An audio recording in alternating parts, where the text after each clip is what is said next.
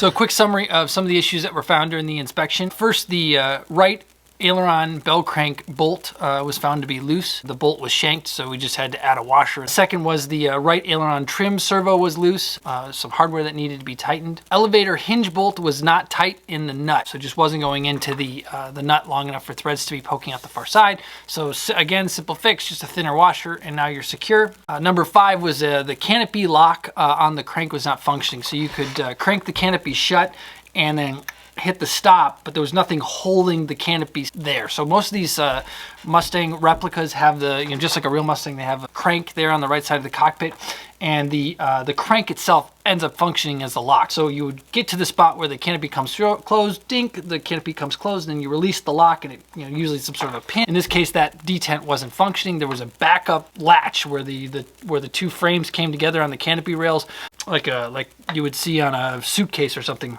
You could close, and that was actually what was holding the canopy shut.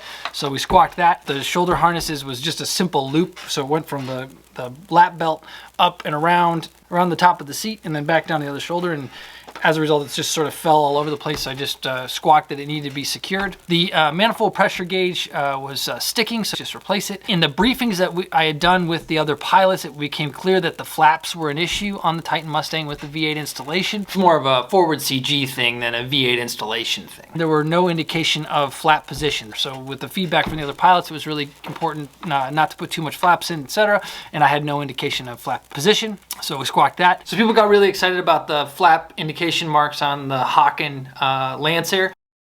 So just went through that here as far as how we mark the flaps. The big thing here is that we're putting a mark on the flap itself, and that needs to be visible from the cockpit. So I'm sitting in the cockpit, and then Jim is sitting out in the wing with a protractor. Of course, we're setting a new 0 because the airplane's in 3-point.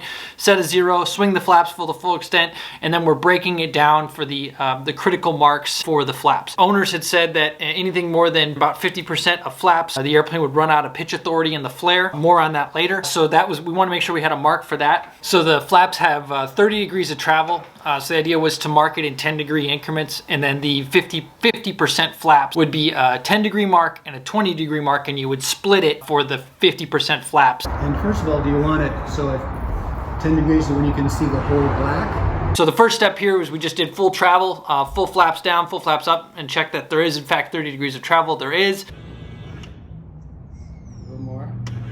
And then here you can see Jim putting down a piece of tape that corresponds to each of the 10-degree increments. A little further back. Other than that, pretty straightforward. Right about there. Good. Yep. Both the water temperature gauge and the PSRU oil temperature gauges were down in the footwells, so sort of where your knees would live. These two gauges got to go. I thought I could work around them, but I can't. And with my gangly legs, it wasn't working, so I asked that those be moved.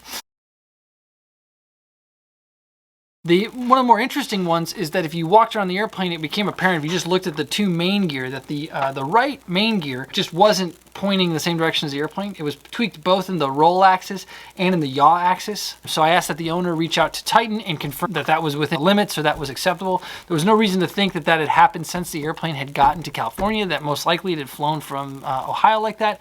I just wanted to make sure that everybody was on the same page, that the gear was considered safe before we went on to fly it. Lastly was really directly related to the previous flights. So when Ethan was flying the airplane, in both cases, when the propeller ran away, it ran to a very, very high RPM. So I don't need to tell people that have experience with constant speed propellers this, but that is very much dictated by the fine pitch of the propeller. So if you, rule of thumb is that you put just as coarse of a fine pitch in as you can bear, so that in the event of a propeller runaway, you have as much power available as possible. So long story short, if the governor fails, the prop's going to latch to the finest pitch that it can, which is set by a mechanical stop, usually up in the hub. So when it goes super fine, now you can rev the engine very, very high. It just over revs. And when it over revs, eventually it'll just push the rods through the case without ever making any thrust, without making any anything that's going to hold you in the air.